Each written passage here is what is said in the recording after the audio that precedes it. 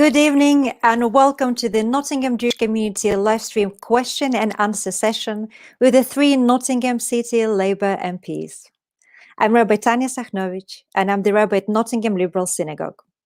Nottingham has two synagogues, Hatikwa, Nottingham Hebrew Congregation, which is located in Lillian, Greenwood's Nottingham South constituency, and Nottingham Liberal Synagogue, which is located in Nadia Whittome's Nottingham East constituency. Our life within the Nottingham Jewish community is guided by the moral and ethical principles and values of the Jewish tradition, which are universal values.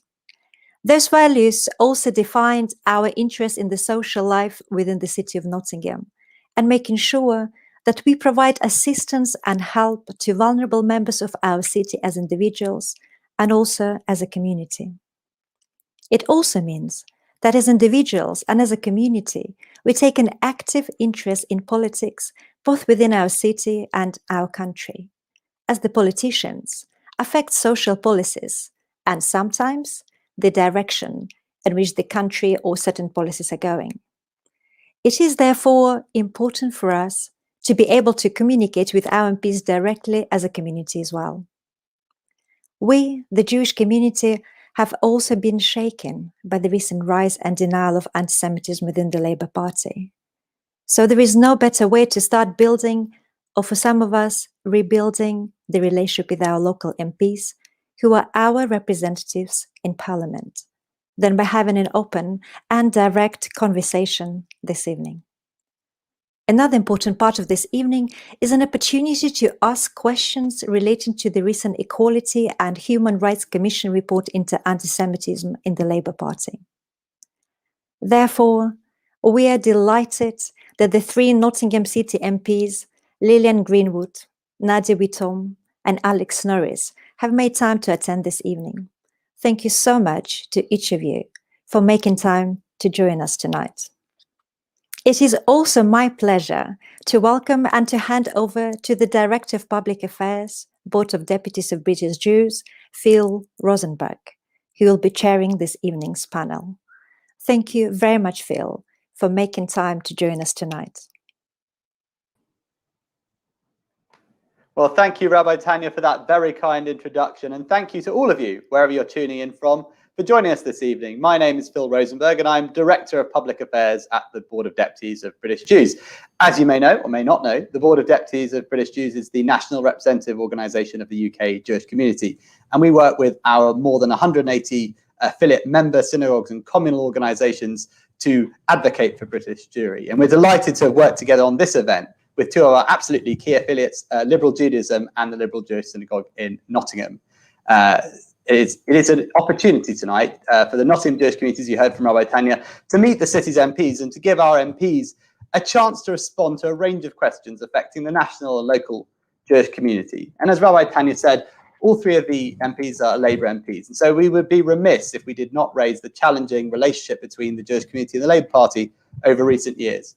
But we will also be talking about local, national and international issues. We hope there will be something for everyone here. So you can join the conversation and share your own questions by typing them in wherever you're looking at it. If you're looking on Facebook, on Twitter, on YouTube, just reply to the video and we will get those questions by some algorithmic magic and be able to ask the MPs those questions. And so it is my honour and privilege to introduce our panellists: Lillian Greenwood, Labour MP for Nottingham South; Alex Norris, Labour and Cooperative MP for Nottingham North and Shadow Public Health Minister; and Nadia Whittome, Labour MP for Nottingham East. Welcome all. I'm going to get straight into questions. So some of them we've already received and some of them we'll be receiving as we go. So looking forward very much to it. The first question, I think it'd be really good to get to know you guys a bit. And so I just wondered, and maybe we'll start with you, Lillian, how did you get into politics?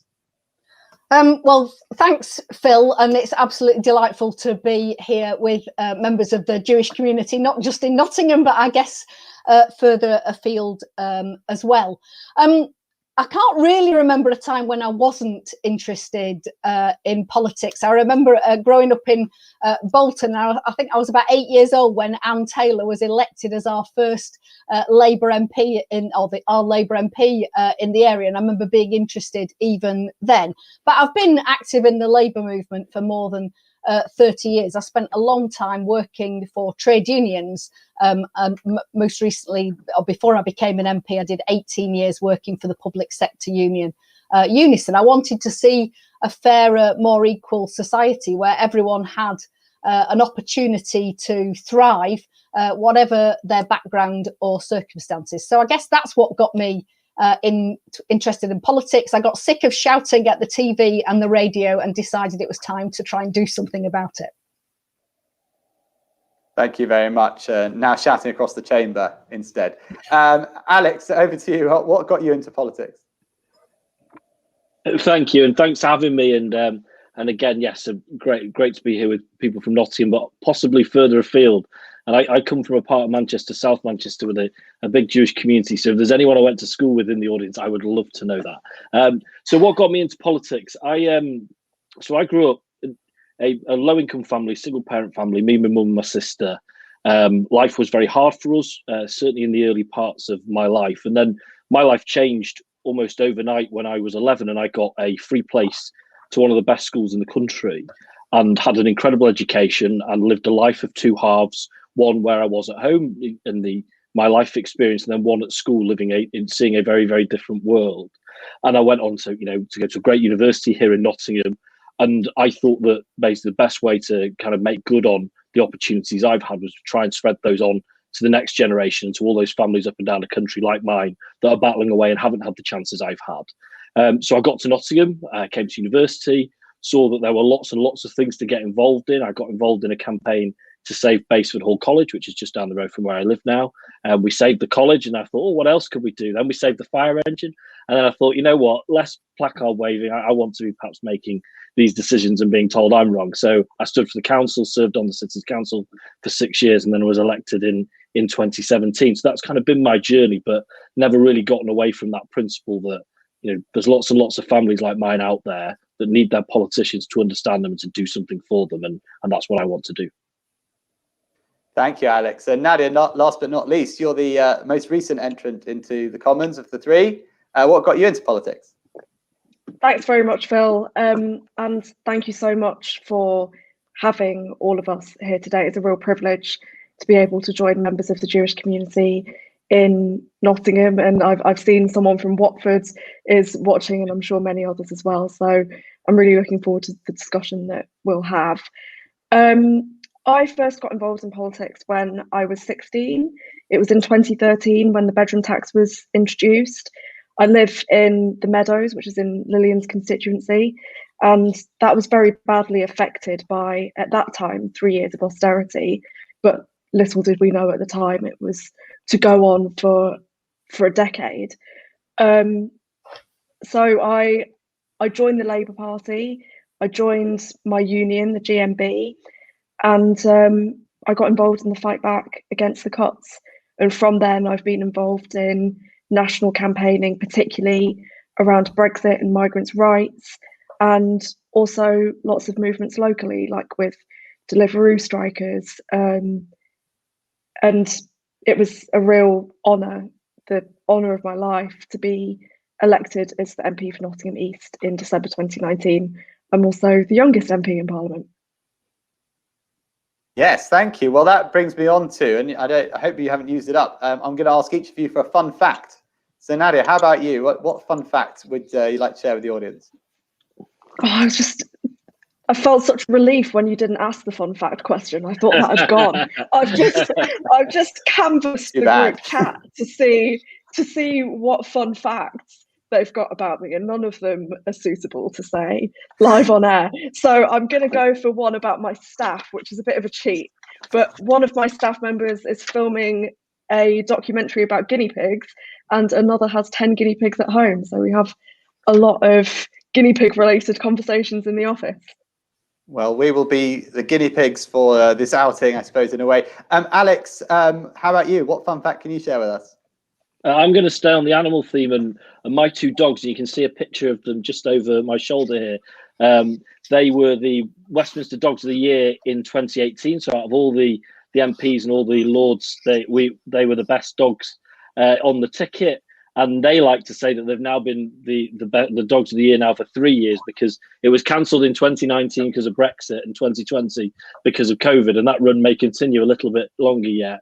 But before you think they're too fortunate, the one on the left, the black and white one, his name is Corona, so he has had a very, very, very difficult year. Wow, that is a difficult year. Well, thank you for sharing about your glorious guinea pigs and prize-winning pooches. Lillian, is your fun fact also animal themed, or we get something else?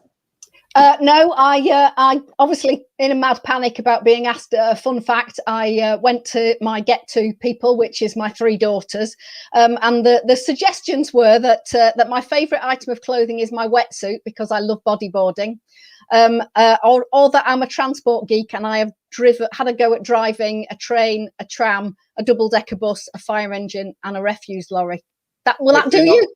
That's fine, but hopefully you didn't drive them all at the same time. No, that would be difficult. Of course not. Brilliant. Well, we've got to know you a bit, so let's get into some of the questions, and we'll start with coronavirus. We've already mentioned it in a sense, but right to get into it. And maybe, Alex, I'll start with you as a Shadow Public Health Minister. And the question is, how do you rate the government's coronavirus response? What would you do differently if you were in government? And is there anything you think they've gotten right? Yeah, thank you. Look, it's been really hard, and I'm conscious that for all of us on the call tonight, we will have experienced it differently, but we'll have experienced common themes: missing family members, missing out, whether it's on seeing new members of the family indeed, or weddings, or your house sale being delayed or whatnot. We're all kind of enduring different things. So I hope people are staying as well as possible and are seeing that light at the end of the tunnel. We do have to have a reckoning of the fact that we are on course to have the worst death rate in Europe, and we are on course also to have the worst recession in Europe. The root cause of this is that we've been too slow at every wave of dealing with the pandemic. We were too slow to go into lockdown. We never got the test and trace operation up in a way that's meant that it's adequately worked and stopped the spread of the virus. Too slow to protect social care, where we know so much of the harm has happened, and too slow to get PPE out to the front line. And those things have added up and compounded over time. And that's why we're in the situation that we're in. There's also, coronavirus has shone a light on life in Britain. Countries that have lesser inequalities than we have done better, and that's one of the major differences, say, between the Scandinavian countries and ourselves. So coronavirus has targeted in at poorer communities, targeted in at those who are living in lesser health. And again, after 10 years of austerity, there are triggering reasons in this country for why that's the case. And coming out of COVID, we have to learn those lessons in a way that we didn't when dealing with the 2008 economic crisis, and the burden for dealing with that was put on those with the least in cities like ours, especially. In terms of what I think's been handled well, the vaccine programme, the government have got that one right. I think it shows actually that, if you contrast the £22 billion spent on test and trace put out through the private sector with the NHS running the vaccine programme, I think you see a real strong case for public services in this country. So that's a good thing. That's great, and we just keep going. I hope people are having their vaccine if they've been called forward, and because that's very much our way through. And Phil, just to say, I've seen on Twitter someone my mum used to babysit is watching, and that has made my evening. It certainly will make hers. Hello, babysitter or babysat. That was a very comprehensive answer. But I don't know if Nadia or Lillian wants to come in on it as well. I can see Nadia nodding. Yeah. Oh, okay. Yeah, I mean, expertly put by our Shadow Public Health Minister there. I think that every aspect of the government's response to this crisis has been marred by incompetence, indecision, and delay, and that has resulted in us having to lock down so many times. And I understand how frustrating that is for people, and how difficult it is for many different reasons. And we want to make sure that this is the last lockdown that we have, and that we're not prematurely lifting those restrictions. So we saw back in the summer Eat Out to Help Out, which only helped to spread the virus. And we've seen people having totally inadequate statutory sick pay, which has meant that they haven't been able to self-isolate. I went back to the front line at the height of the first wave, and as a care worker, and I saw firsthand the lack of PPE that was coming to the front line. In terms of what the government's got right, Alex is absolutely right. The vaccine has gone well, and that is a credit to the public sector workers who have been involved in the rollout. But also it shows that when the government follows the science, and instead of being sort of interested and led by ideological concerns like giving contracts to their friends and a privatized test and trace system, that actually this works. So going forward, that's what the government needs to keep doing, is following the science and investing in the public sector. Thank you so much. And Lillian, have you got anything you'd like to add? I think the thing, I think I was really pleased that Nadia picked up about the importance of ensuring people's financial security and enabling them to do the right thing. If your choice is between not being able to have the financial security to be able to put food on the table if you self-isolate, it's not, sorry, my laptop falling off the stand. You know, that's not an acceptable situation. And of course, as we start to see the impacts of the economic crisis that's been driven by the health crisis, it's vitally important that even where the government have done things that are right, the furlough scheme, the coronavirus job retention scheme was clearly the right thing to do. But as we saw that there are gaps that have been left in, for example, amongst some self-employed people, they don't seem to have stepped up to fill those gaps. And so we're left with the position where there are 3 million people who are excluded from any sort of support. And clearly that isn't acceptable. And I think we would want to ensure that there was flexibility and there was listening to criticism and being able to respond to it, rather than just assuming that you know, the first answer was correct. I think now it's really important that government look to the future, that they're not just focused on the immediate short-term issues, but on the future issues, because we know that coronavirus and the restrictions are will have a long-term impact. And I'm particularly concerned about the impact on children, many of whom have missed out on learning opportunities because they haven't been in school. And of course, that disproportionately impacts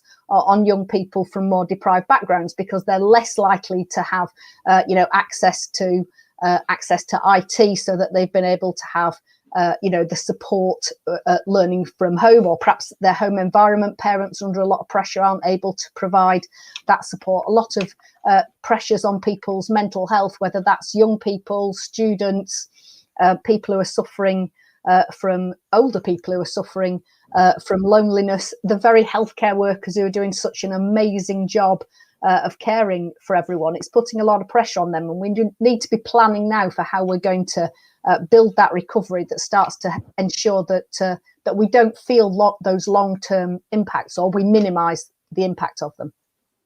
Thank you very much. And we've had our first question in from the audience, Norman Randall, who you may have seen indicating himself earlier on the screen. He wants to know about what's in your inboxes, really, and what's happening at your virtual surgeries. What are the major issues and challenges your constituents are coming forward with? And also, are there things that we as faith communities can do to help? Who should I direct that to? I'll direct it to you, Nadia.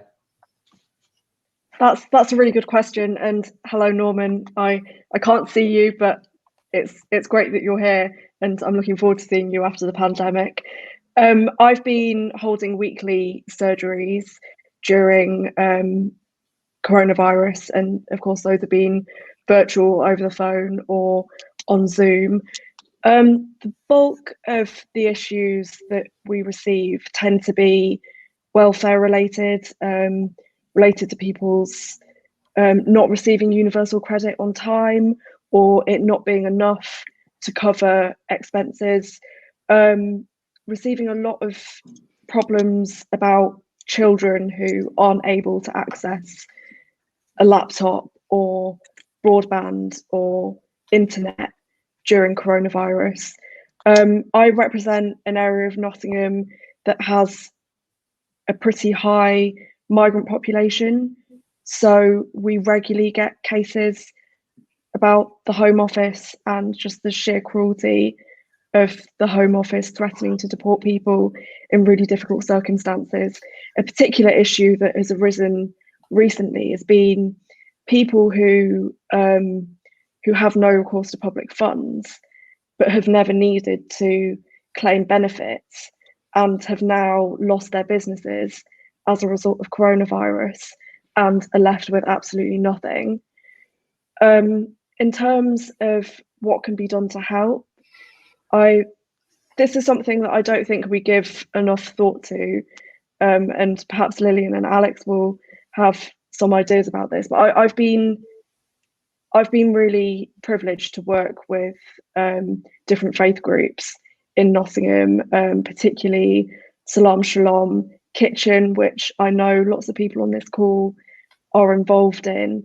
And I think that's a fantastic example of cross-faith working between Muslim communities and Jewish communities to serve our wider local Nottingham community and the very real problems that people are experiencing of food poverty, isolation. So that's just one example of fantastic work that is already being done. But if you have ideas about what more we could be doing together, then I'm really keen to hear them and to see how we can work together. Thank you, Nadia. Alex, do you want to share? Is it similar, different for you? Yeah, I mean, I think it is similar. It's, let's start by saying everything's COVID related. But I don't think that's a great surprise. And then it's either coming down to people's personal circumstances around their income. So whether that's problems or anxieties around the welfare system, whether that's their worries about their jobs or what life is like for them on furlough, or on the other side of that, business and what they're saying, and the pressures on them and reopening. So trying to, every case is a little bit different, and it's trying to pass national guidance, which is necessarily quite broad, and make that real. We also get lots of weird and wonderful questions about what can I do at the moment? Am I allowed to do this? Am I allowed to do that sort of thing? But those can be generally dealt with relatively easily. So start trying to get timely information out. And we often, I think, as MPs end up directing people and helping them understand the system to get them to the right place to give them the support that they need. I mean, in terms of on the faith aspects, as we come out, certainly as we get to the point where we're seen to have been sort of through COVID and things become a little bit more, life looks like it more normally does, that's when things will start. We'll have another real wave of pressure on people. Furlough will end. There will be job losses. So it will come back to the incredible work that Nottingham's faith communities have done around feeding. As Nadia says, our communities, that will not stop. We're going to need to keep getting food out to people. So anything there is massive. But then critically, one of the great things about faith and faith organisations in our community and in our country is that it's a place where people come together, and we are going to need to come back together again, having been told, very unnaturally for a long period of time to stay away from each other. And there's nowhere better, frankly, than faith organisations to do that. And then at some point it'll be at Forest and it'll be at Notts as well. But just to get people back together, let's have some fun events, get things going again, so that we can kind of come out this other side and then, as I say, get going. It's a cheery thought. At the right moment, let's go and have some fun and get back together. But at the right moment, social distance for now. Lillian, what's in your inbox? I don't think that it's vastly different from what Alex and Nadia said. Lots of questions.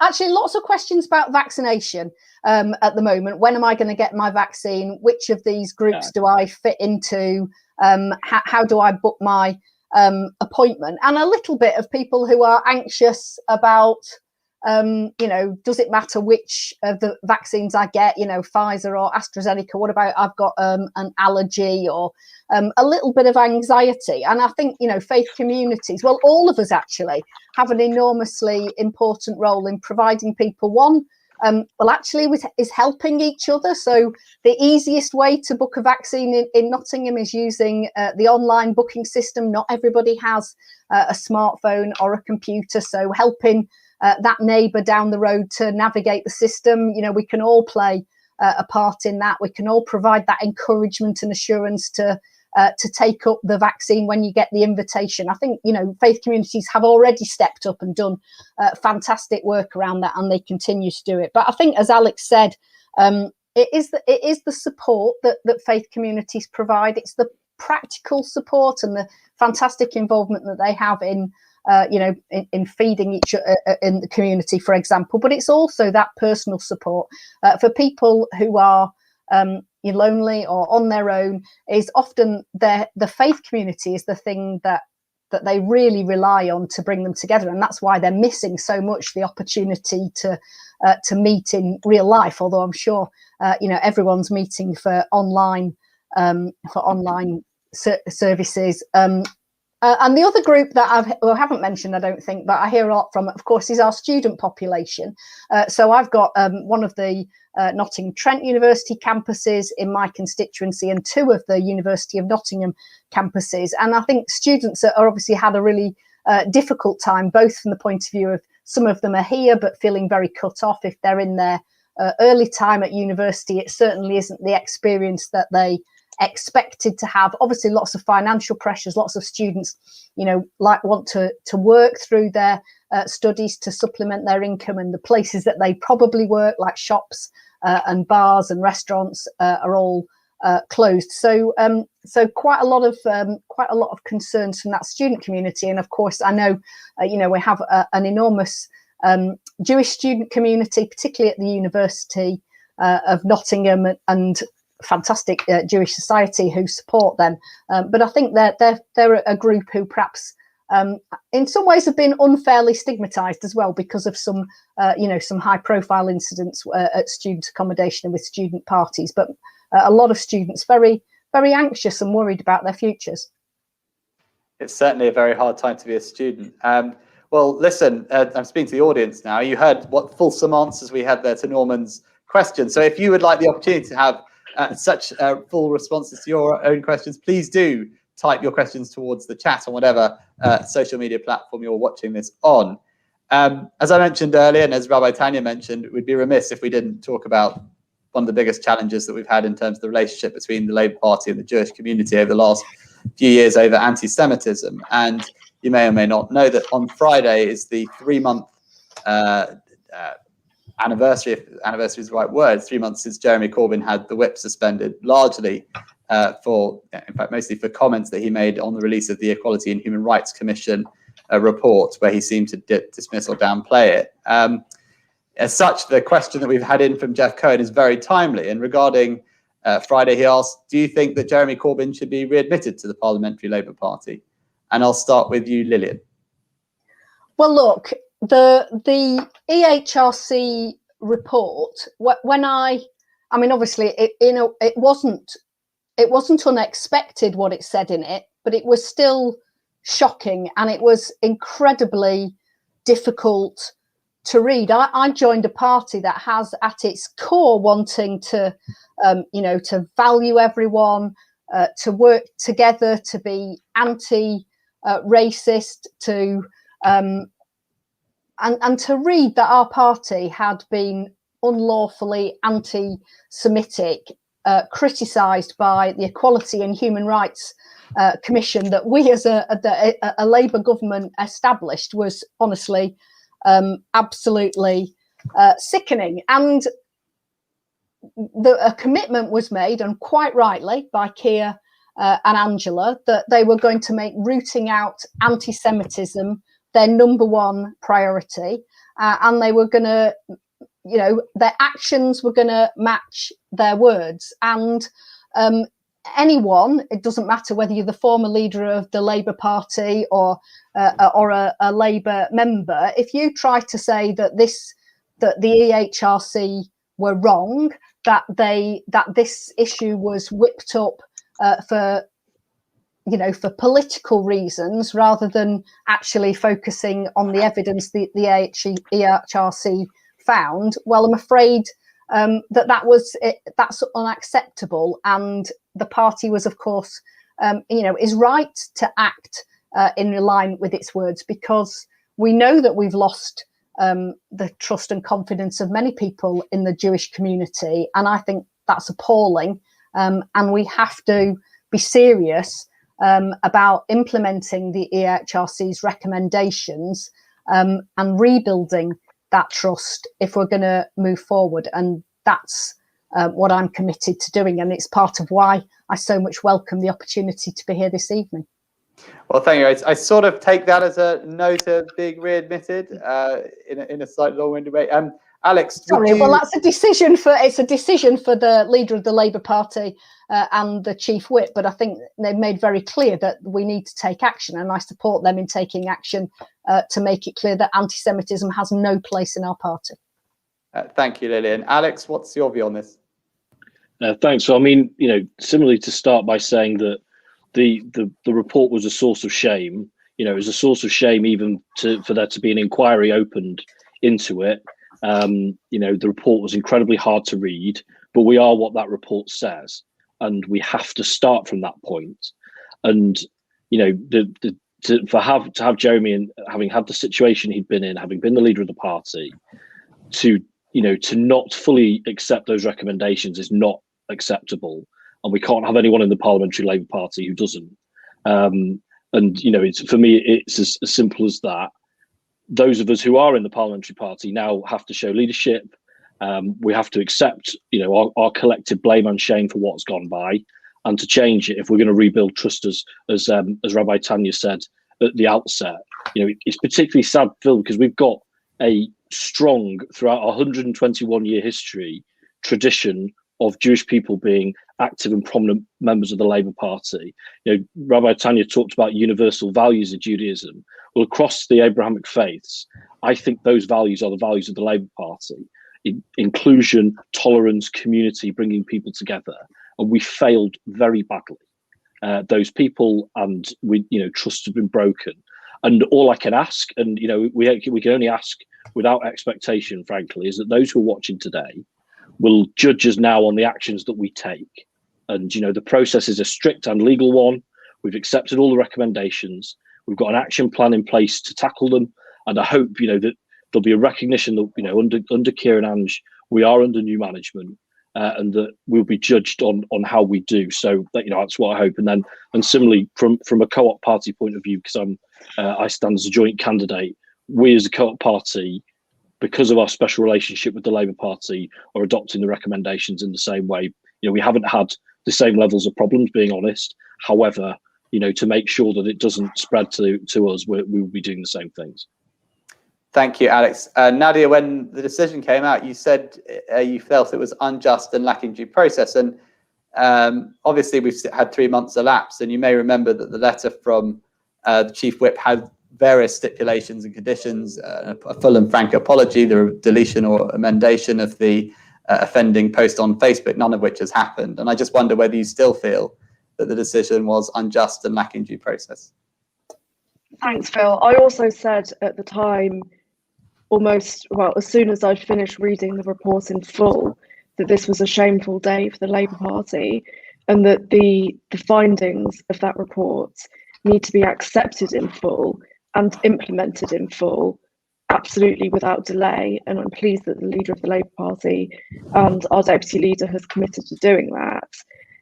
At the same time, I fundamentally don't believe that anti-Semitism is a problem that is going to be dealt with through disciplinary action. I think that this is a political problem that needs to be resolved through political education. And that's the way that I want to see the Labour Party resolve this. I've raised this at a parliamentary Labour Party meeting, and I'm very pleased that in my own constituency Labour Party that we've devised the political education officers have been able to devise a programme of political education to address that in conjunction with members of the local Jewish community. When we look at anti-Semitism in the Labour Party and on the left, this is a problem that, sorry, there's a lot of background noise. Thanks. This is a problem that long predates Jeremy Corbyn's leadership, and in fact has its roots in the some of the early critiques of capitalism that conflate Jewish people with disproportionate wealth and power, and then going right into the 1920s and beyond in the rest of the 1900s to Stalinism and the connections that has with the labour movement today. And that's why it needs to be treated as a political problem. I don't believe that this is something that is going to be rooted out when we expel enough people. It's something that has to be taken by the horns and confronted. I said that while I think that the treatment of Jeremy Corbyn was unjust and lacking in due process, that what he said in his statement was wrong. And I also said that I told him myself that what he said was wrong and that it was ill-advised. But I also don't think that he should have been suspended, because I don't think that disciplinary measures are the way to deal with anti-Semitism. He's been readmitted to the Labour Party, and as a result, I think he should be readmitted to the Parliamentary Labour Party. I'm just going to come back on that one more time, just because I think all of us would agree that education is really important. And for some people, they make a mistake, they get it wrong, they can be shown, you know, the backstory, as you eloquently put it, about what anti-Semitism on the left looks like. But Jeremy Corbyn's had all those opportunities, hasn't he? I mean, he's met with Jewish leadership organisations like our own. He's seen all the coverage. He's read, one presumes, the HRC report, and he made the statement he made, which you yourself say is wrong. But he hasn't retracted it even to this day, even despite being asked by people like you. So, at what point is education not enough? At what point do people have to be disciplined? I mean, there must come a point after which, and many of us think that Jeremy Corbyn passed that point. At what point, would you say someone should be suspended, if not after all that? I think it's very difficult to say at what point, but I think this is more a question of how we should fundamentally be dealing with the problem. So what I would like to see the National Labour Party do is follow suit of constituency Labour parties like Sheffield Heeley and soon people in Nottingham East, and put forward a programme of political education. I think only once that is in place can we really step back and assess the situation. Okay, well, thank you very much anyway. I've got a question here from Steve Lapsley, some of you may know, who wanted to ask, particularly Nadia, but I think this is applicable to everyone, how difficult it has been to be someone who's regarded on the left, and in some cases on the left of the Labour Party, to see some of the behaviour by people who are also considered to be members of the party, members of the political left. As it's directed sort of at you, Nadia, I'll come back to you first on it, but then I'll bring in others. Thanks, Phil. I'm just checking that you can hear me okay, because I've just been told that there's something wrong with my mic or my headphones. We can mostly okay? hear you. There's a bit of crackling, but we get through it. Okay. Let me take them out then. Are you back with us? I think we've lost the sound on you, Nadia. I'm gonna come to Alex first, and then we'll see if we can get Nadia back. Alex, how's that been? Seeing members, perhaps in your own CLP, people in your own movement who've behaved in the way that we've seen? Well, it's in the same vein as the report. It's exceptionally hard to see and hard to take. We would say, and I would always say this, that we on the left feel that traditionally we're modelling the best of British values, and whether that's tolerance, inclusivity, and that we ought to be holding ourselves to a higher standard. We've got a responsibility to be more direct with our friends or people who perhaps that maybe they're in our same, the Labour Party has a variety of traditions to which, the three of us and all MPs would belong to some or others. And we clearly, this is part of the problem if we just define this about Jeremy Corbyn, Bill, we all collectively failed. And so therefore we all collectively failed to call it out. And, so it is very hard. The question now is, are you going to do that again? Or are you going to make good on that commitment that we made when this report came out, that that would change? And that, as I say, is all we can ask of people, is to measure us by that. Thank you, Lillian. How's it been for you in that sense? It's been enormously difficult, especially, being in the Parliamentary Labour Party and seeing some of my Jewish colleagues having an absolutely terrible time and raising those concerns, and those concerns not being acted on, was incredibly painful. And I think, as I saw some of my party members, Jewish party members, say that they could no longer be members of the Labour Party, it makes you question yourself and what more can I do? I remember actually during the 2019 general election, someone haranguing me for a long time that I even was a member of still was a member of the Labour Party and was prepared to be a Labour MP.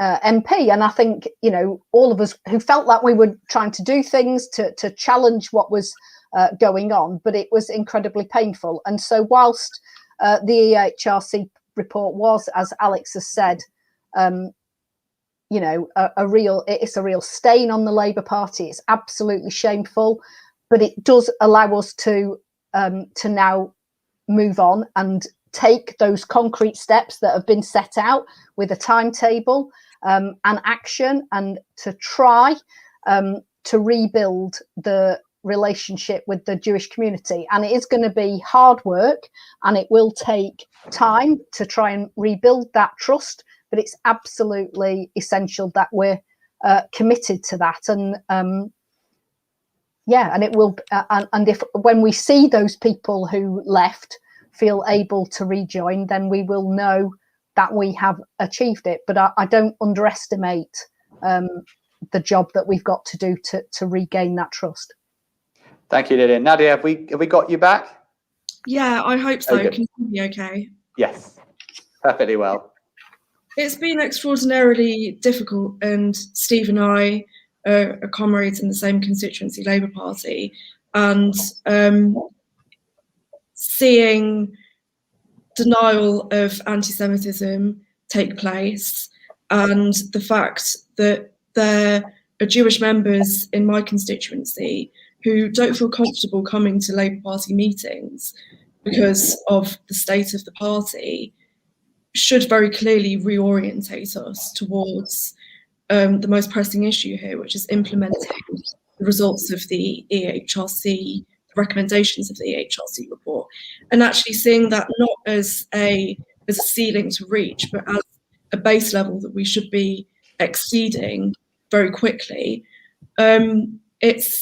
It's been extremely difficult to see the way that anti-Semitism manifests itself on the left, and the way that that there is often a denial that you can be a socialist.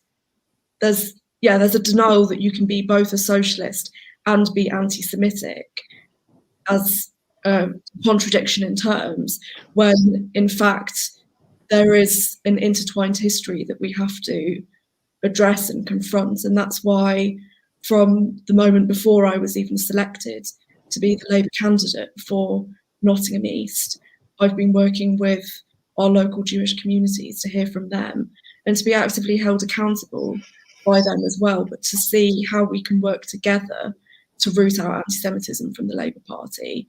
And we will sometimes disagree on strategy and tactics, but what I hope we can all accept that we do agree on is that the utmost priority is rooting out anti-Semitism, and the first step towards that is implementing the results of the EHRC report. Thank you very much. Just staying with the local picture, there's a question from Karen Worth, who's asked, what are you doing in your own constituency to ensure that local party members have an understanding of anti-Semitism, and in particular left anti-Semitism, and to make sure that local Jewish Labour Party members feel safe to return to meetings? And Nadia, I think many people were quite moved when you spoke very powerfully online after the meeting in your CLP in November about the meeting that had been there, which ended up with the chair, I think, being suspended and a Jewish member feeling they had to leave. You've said something about this. I don't know if you had any more comments to add on this question.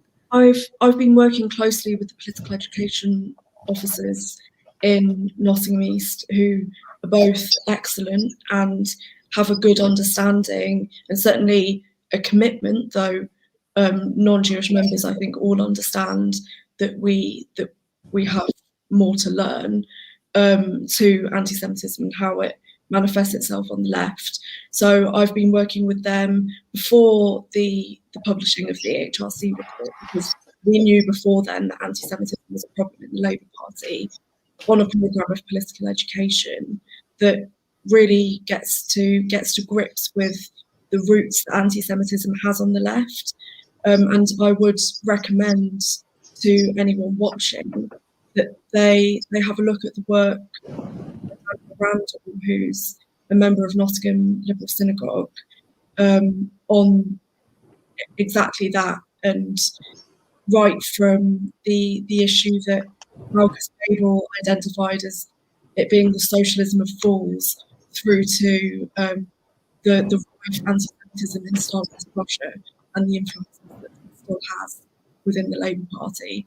So I will be attending our local political education events, and I have been encouraging every member of my constituency to attend as well. And I noticed in the chat that there's a question about anti-Jewish racism compared with anti-Black racism, and the way in which anti-Jewish racism is often dismissed. I think the same can be said for many types of bigotry, but it's certainly, I think it's important for that reason that we look at anti-Semitism separately to other forms of racism and bigotry, in the same way as you wouldn't be addressing transphobia in the same way as homophobia, even though they come under the same LGBTQ umbrella. They're distinct groups. I think that's very, very, very wise and perceptive. Lillian, do you want to comment on how things look in your own constituency? What's going on there to try and make Jewish members feel safe and to tackle the problem of anti-Semitism at the grassroots?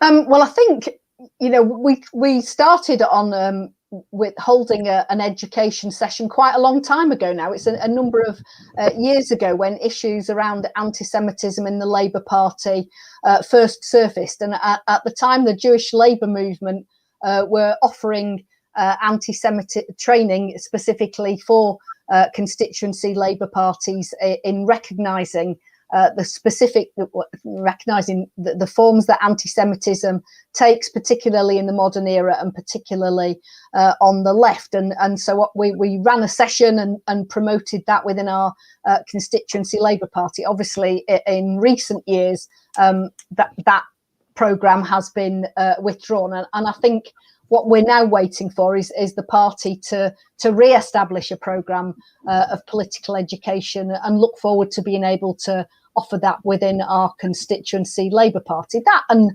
obviously, you know, providing leadership at an individual level as a member of Parliament. I mean, thankfully, I don't believe that we've had incidents within our constituency Labour Party meetings that have caused distress. But whenever any comments are made that seem to do that, it's about challenging those, making it clear that they're unacceptable, and making sure that people know that if they have any concerns around anti-Semitism or any other issue, actually, if they're made to feel unwelcome or uncomfortable in a Labour Party setting, that they should be able to raise that, have that taken seriously and dealt with. And of course, you know, the Labour Party putting its complaints a complaints procedure, you would hope you wouldn't have incidents that people feel that they need to refer to a complaints procedure. But of course, it's very important that complaints procedure is there. But we want to make Labour Party meetings and events welcoming for everybody, and that no one should feel uncomfortable or unable to participate fully. Thank you very much. Alex, would you like to add anything yourself?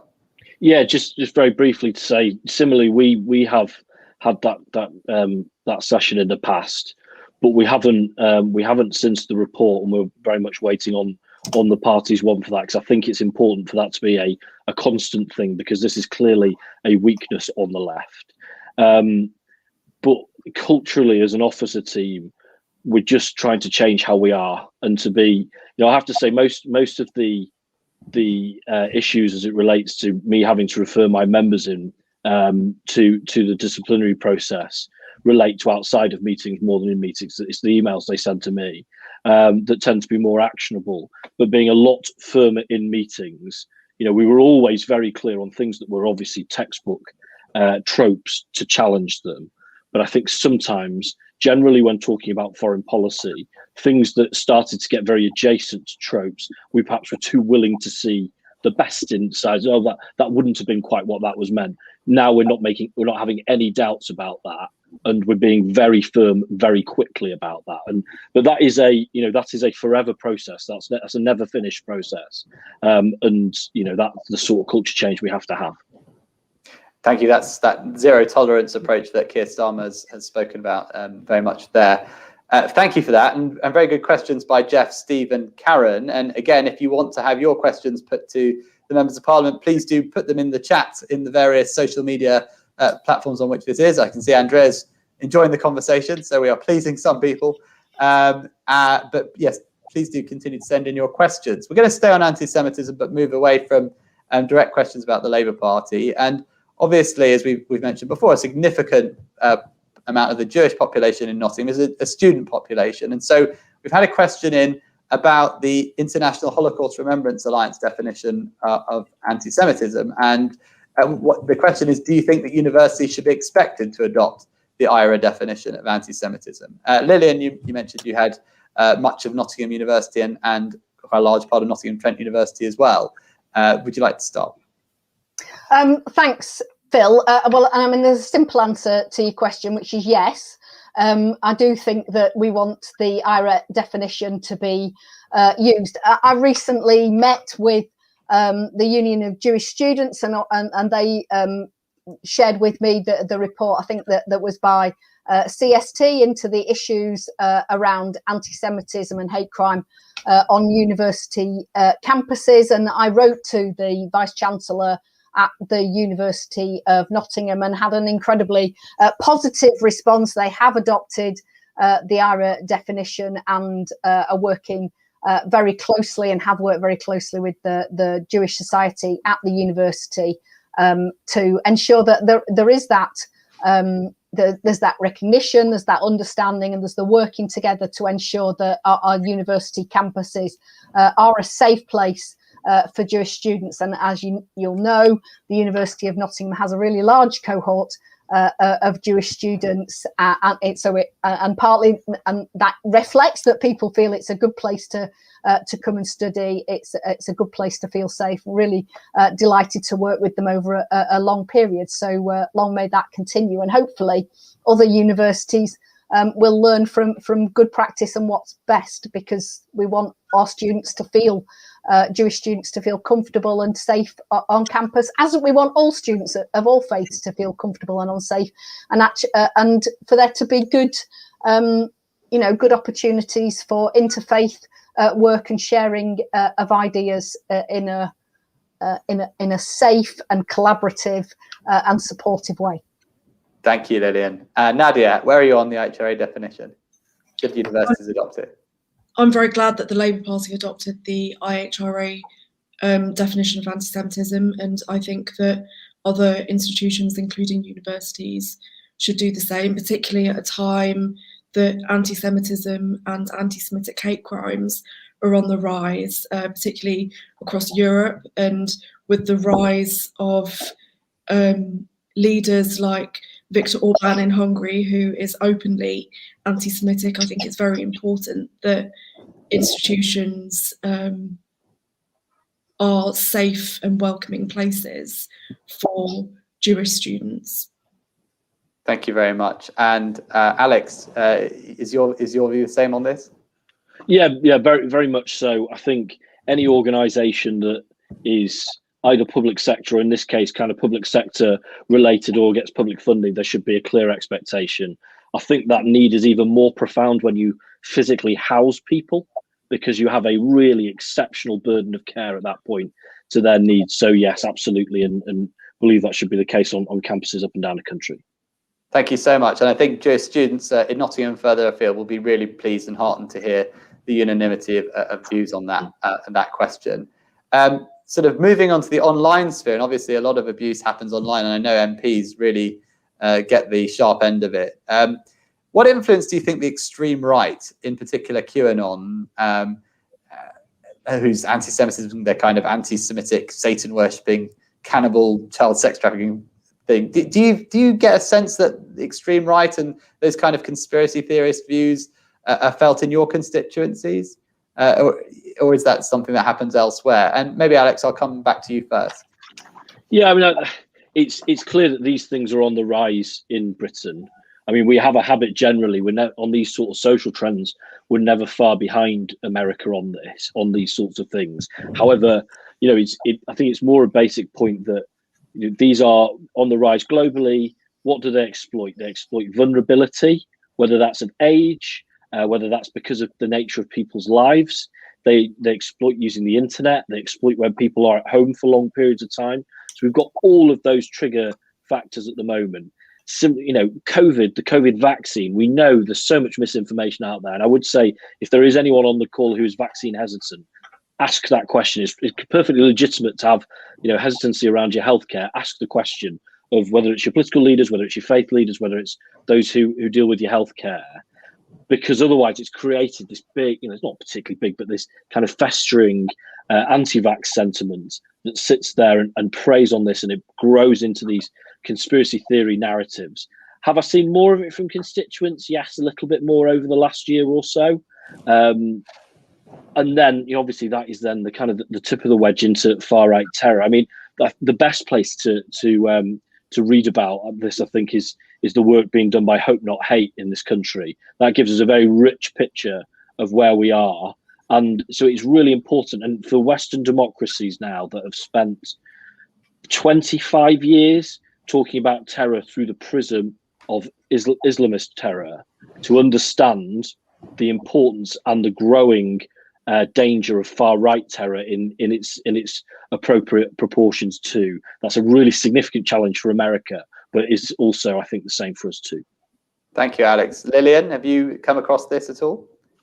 I don't think I've come across it a great deal, Phil, but in a way that's part of the problem, is that, you know, because people increasingly are selective about what they look at on the internet and using social media platforms. And of course, you know, you create your own echo chamber. So it's probably not that surprising that I'm not seeing, you know, some of this far right stuff. But some people, that will be what they're seeing, and they won't be seeing counterbalancing, you know, public broadcast media that's fairly balanced and properly fact checked, and that's the worry, is that people can, you know, become in a bubble where they're being fed this misinformation. The place where I have kind of had reports of seeing it is there has been a certain amount of anti-vax, anti-lockdown protests in Nottingham city centre, and I've heard reports that some of the materials that they were demonstrating perhaps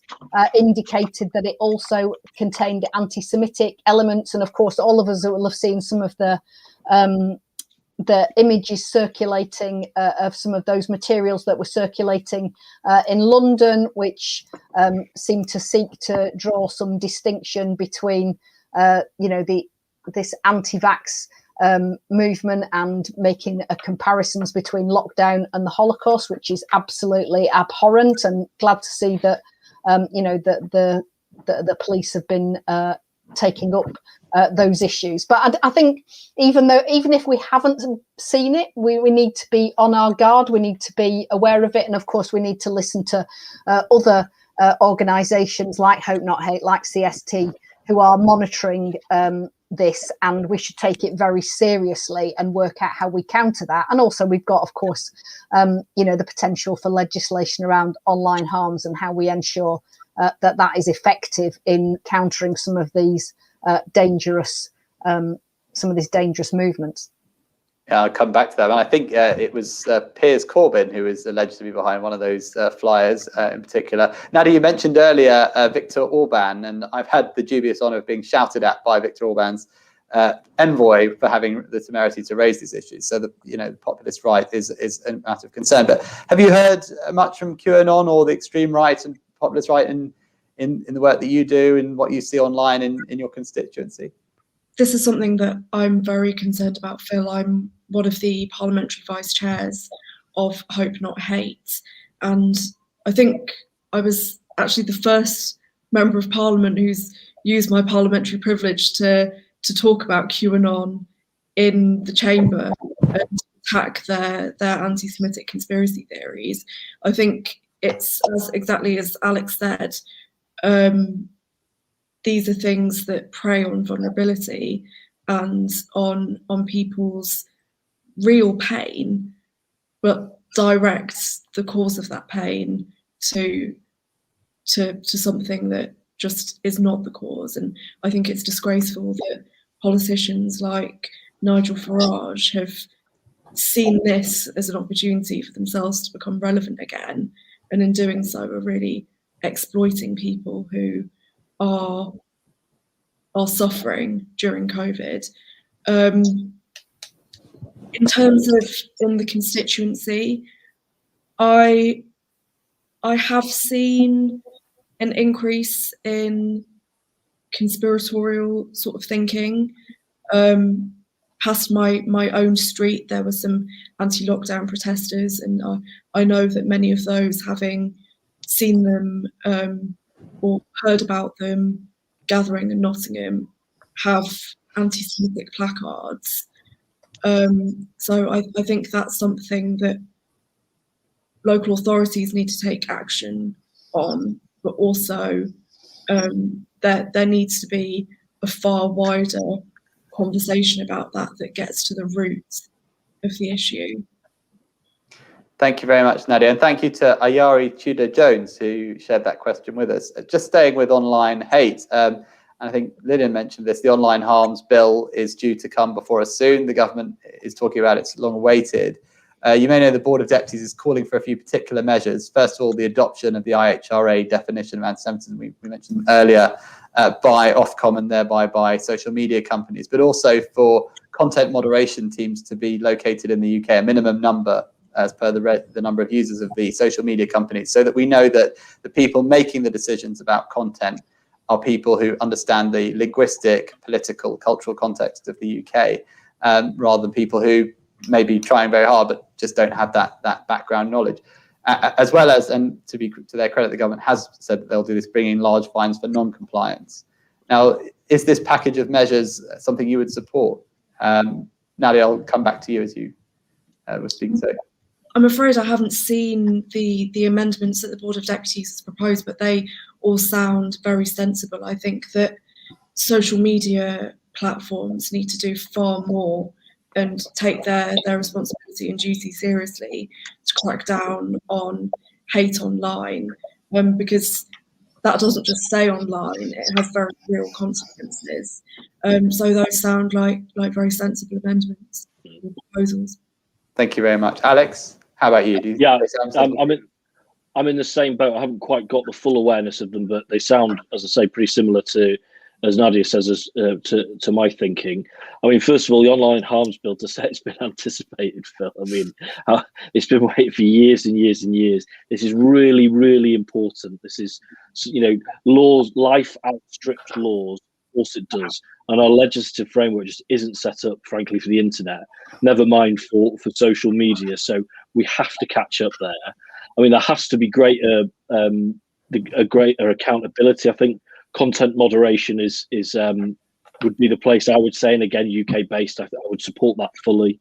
The platforms have to understand that they're not passive observers in this. They are hosts, just as frankly someone running the local pub would be. And when they say it can't be done, I don't know what. I think Forest are still 0-0. If Forest score, go 1-0 up, be able to find a Forest goal for about 5 minutes on Twitter, and then it will just appear saying this has been removed at the request of the copyright owner. And that's perfectly fine. That's copyright law, no problem with that. I would like to see the same level of emphasis and eagerness and value placed on hate speech, which is prevalent, absolutely prevalent. That's a point very, very well made, Alex. Lillian, what are your thoughts on this? Yeah, I think I would just echo what my colleagues have said, and I really welcome the fact that I think the Labour front bench have welcomed that dialogue with the Board of Deputies and share a similar view about the IRA definition being incorporated, about the need for social media companies who fail to remove abuse being subject to fines. Well, and they have to be serious fines, because some of these platforms are have incredible deep pockets, and it has to be something that actually means something. And I completely agree about these things are very culturally specific, and so of course it needs to be based in the UK. We need to ensure that the regulator has teeth. It's got to be effective, because we know that online harms are incredibly serious, and we need to ensure that we have the mechanisms to really challenge those in an effective manner. Thank you very much, Lynn. And a reminder to viewers to share questions via the social media panels. Put some good things on those social media platforms that you're using, some questions for our MPs here. I have a question around, so we're going to move to a couple of questions about Israel now. And you'll know that the Jewish community is extremely diverse in its views on the politics of the day in Israel. But a lot of the Jewish community have been very proud of Israel's vaccination efforts, the huge, very, very fast speed at which Israel is vaccinating its populations. But however, there has been some criticism. And Nadia, you were the sponsor of an early day motion which criticised the vaccination program for not including Palestinians. There was a lot of debate about that. Israel said that the Oslo Accords meant that the Palestinian Authority was responsible for vaccinations. They'd ordered their own vaccines. In any case, now Israel has sent 5,000, or is in the process of sending 5,000 vaccines to the Palestinians. And I just wondered, will you now commend Israel's vaccination program? That's 5,000 is a good start. I don't think that amounts to everybody living in occupied territories, but that's a very good start. I think, going back to the first part of your question about the diversity of Jewish communities and the connection with Israel, that's something that I empathise with. I think it's very important when we're talking about foreign affairs that we're speaking about governments, not states. So, for example, my ancestral homeland is India. I'm vehemently opposed to the Modi government, but I still feel a connection to India. That's where my dad and where all my grandparents are from. So I don't think anybody should be. I don't think that Israel should be exceptionalized in our criticism of overseas governments, and I'm always very careful not to do that and to make any criticisms about human rights alone, whether it's in India, Israel, China, Brazil, or even in the UK. And it's important to be consistent there. Thank you. I actually share my grandparents from India as well, Mumbai, as it happens. That's another thing we share. Lillian, how about you? Would you commend Israel's vaccination program? From what I've seen, Israel has been at the forefront of rolling out the vaccine, and I think, obviously we've all been following quite closely some of the work that's being done there, because they've been rolling it out very quickly, and it's a relatively, in population terms, a small country. Is that the early results from Israel about what it means in terms of the impact on hospitalizations and on transmission is obviously really interesting to see from the point of view of the way in which that can be, that the vaccinations can be rolled out in the UK, but of course across the world. And we need to make sure that the protection that the vaccine offers isn't just restricted to to our own population here in the UK, but actually it is for everyone, because we're only as safe as the global population. If we want to be able to move to a position where we can travel much more freely around the globe, as undoubtedly we need to, we want people to be able to visit their family and friends. We want people to be able to to come and work in the UK, or go from the UK to work in other places. Goodness knows, we'd actually quite like to be able to go on our holiday as well. And all of those things are only going to be safe if we have the vaccines. And of course, we want to ensure that that developing nations are not missing out on these opportunities. So the more that we can learn and what we can share that learning, and obviously the learning from Israel, I think is very valuable. Thank you, Lillian. Alex, Shadow Public Health Minister, things that you admire about Israel's vaccination programme? Yeah, I'm also Shadow Vaccines Minister. So I met with two of the senior members of the health ministry from Israel last week, and they were very, very generous with their time and their kind of reflections about what they've done and how they've done it, which is very impressive. And again, obviously healthcare is arranged in a different way around the 4 HMO model that looks very different to Britain, and wouldn't be a model that I would particularly want for our country, but they have made work very effectively. So I think people have looked to them, and that's been a good way of showing what can be done. On the point regarding the occupied territories, I know people have different views on this. The Oslo doesn't trump international laws. There are responsibilities as an occupying force to meet healthcare needs, which I think pretty clearly and compellingly would include COVID, given the nature of it. So I'm glad that wiser heads are prevailing there, because the thing about COVID is we know that none of us are free of it until everyone is free of it. Thank you all for those clear answers. Over the last few weeks, something the Board of Deputies has been really involved in is the trade bill and the genocide amendment to it, which Labour has backed, as well as a cross-party alliance of MPs. It's something that's very important, and Ethan Korn has written in, what is the best way for the government to support the Uyghurs in China without causing harm to the Chinese people and peace? Who wants to answer that one? Lillian. Oh, okay, Nadia, I'll come to you first. Lillian, you can go first if you like. Oh, it's already focused on me. You're focused there, Nadia. We'll come back to Lillian. I'm going first. Okay. This is a really excellent question, and it's something that I've been very involved in the Labour movement campaign for Uyghur rights. I think that the focus that I've had has been on what we can do as Labour Party MPs and other left-wing MPs, because I think that we have an important role to play there, given that China professes to be a socialist state. I mean, it's nothing sort. A socialist state is not a state that presides over the genocide of its own people and appalling workers' rights.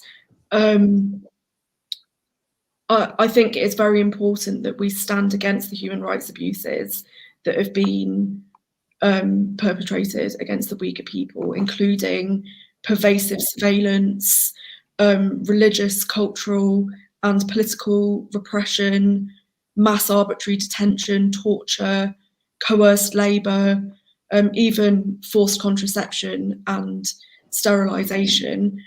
I think the cross-party Stop Uyghur Genocide Parliamentary Pledge is a very good start, and I think it's calls for Magnitsky sanctions, which target individuals and organisations involved in human rights violations, are very important and should be implemented immediately. So, firstly, it's actions against companies facilitating the persecution of Uyghurs, and also pledges direct support to Uyghurs fleeing persecution. I think it's important that our response to this is internationalist, and that we very firmly condemn the Chinese government, and particularly in the Labour Party and on the left. So one of the things that I've been working on has been solidarity with Hong Kong protesters, who are also being marginalised and oppressed by the Beijing regime. And I think it's important that we show that that solidarity between the labour movement here and the labour movement in, like, the organised labour movement in Hong Kong and China. I understand that that's a little bit more focused towards what the labour movement can do. But on the government, I think Magnitsky sanctions and keeping that grassroots pressure on and rejecting any attempts to stir xenophobia or xenophobia,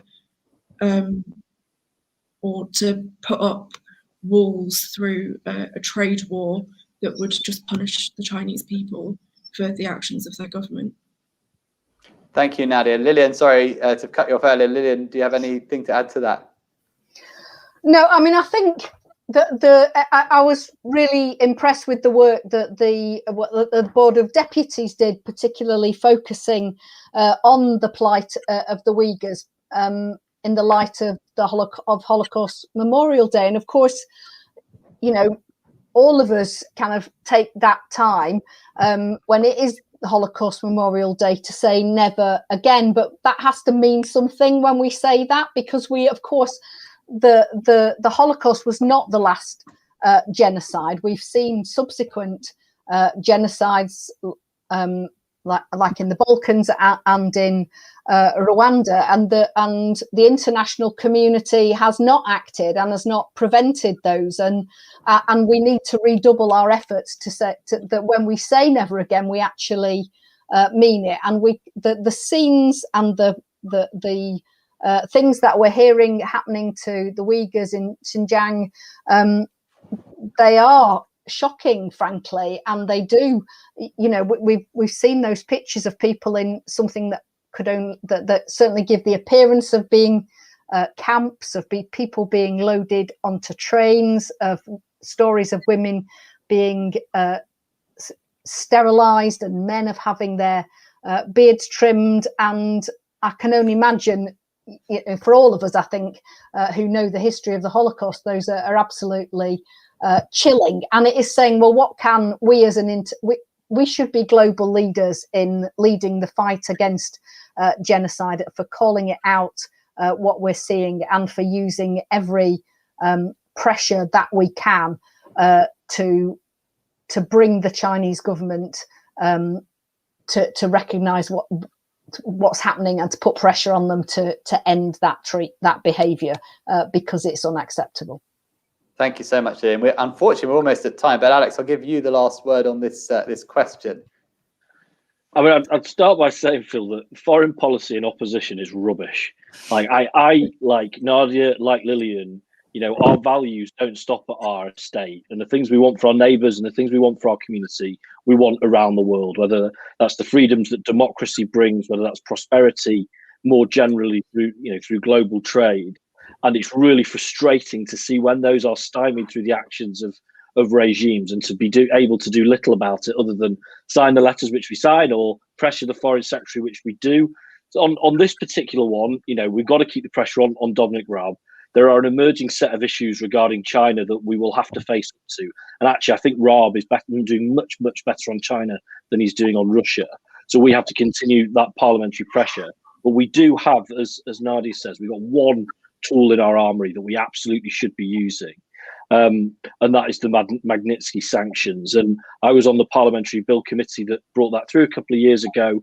And it's basically pretty simple for those who perhaps in the audience are not appraised of it, that actors of overseas, of foreign governments who have assets in this country and are known to be part of and party to committing atrocities of this nature can have those assets frozen. And that would be an exceptionally effective tool in this case. And, you know, it's one of the advantages of having London as the sort of global financial centre that it is that actually we are at the crossroads of many of those transactions. So we can do that about it, and we should do that about it. And you know, and the Foreign Secretary isn't quite there yet. So we're going to keep pushing until he is. Thank you so much, Alex. Well, the questions continue to fly in, but I'm afraid, have run out of time. So it's just for me to thank you. I'm going to pass over shortly to others, but for me to thank you for an exchange. We haven't all agreed on everything, but there's been a lot of agreement there, and it's been really kind of you to give your time and exchange these views. I'm now going to hand over to the Chief Executive of Liberal Judaism, Rabbi Charlie Baginski, who will give a few comments, and then I believe we'll have the President of the Nottingham Liberal Synagogue, Peter Gordon, for some closing comments as well. But thank you from me. Thank you so much, Phil, for hosting what has been a really exceptionally interesting discussion, and I think probably left us with more questions that we would love to continue the conversation, and continue the conversation, I hope we will. We have seen tonight 3 integral relationships represented in this discussion, organised by the really wonderful Wendy Presney, who is Nottingham Liberal Synagogue's Community Development Officer.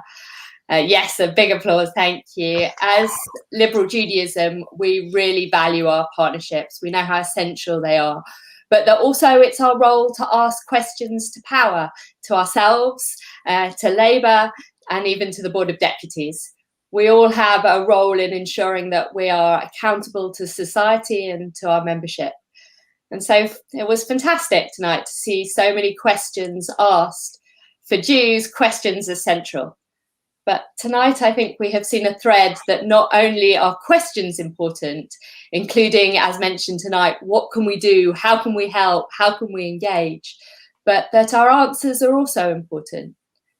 As Liberal Jewish community of Nottingham has shown such an amazing example, we do try to follow Rabbi Abraham Joshua Heschel and pray with our feet, with projects such as the Shalom Salam Kitchen, with student chaplaincy, with bringing people together and ensuring, as you've mentioned tonight, that even when our buildings have closed, our communities really have not. During this pandemic, we have seen a recognition of the ways in which religious communities stretch way beyond the narrow definition we are often assigned. And I think tonight we have begun to continue that strengthening through the recognition of our essential place in society. But we've also mentioned trust numerous times. And we have an understanding that trust takes action and not just words. And so with this in mind, we have much work to do, working together on those values which you've talked about and which we very much share: equality, social justice, ending prejudice. And I love the idea that Alex ended with, that foreign policy sucks in opposition. But as Liberal Jews, we know very well what it means not to be the majority representation. However, we also know how to make an impact.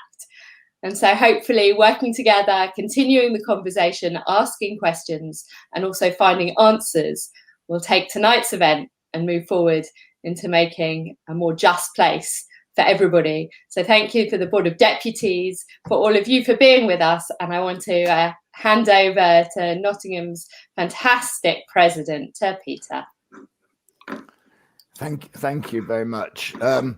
Rabbi Charlie told me earlier that she normally has the last word, so it's a double privilege to have this spot. On behalf of the members of Nottingham Liberal Synagogue and the Nottingham Jewish community, I would like to thank Lillian Greenwood, Nadia Whittome and Alex Norris, all for taking part in this special event. We appreciate that you have given up your evening to answer questions from our members on a wide range of topics important to the Jewish community, ranging from the COVID pandemic to anti-Semitism in the Labour Party. I'd also like to thank Phil Rosenberg for chairing this meeting, Rabbi Charlie for her input, and Leo Mindell and Andy Shaw for their help with the technology. Also, our own Wendy Presney, whose idea it was to have this meeting and for setting it up. We value the support shown by our local members of Parliament and look forward to welcoming you to our synagogue in the not too distant future. Thank you, everyone.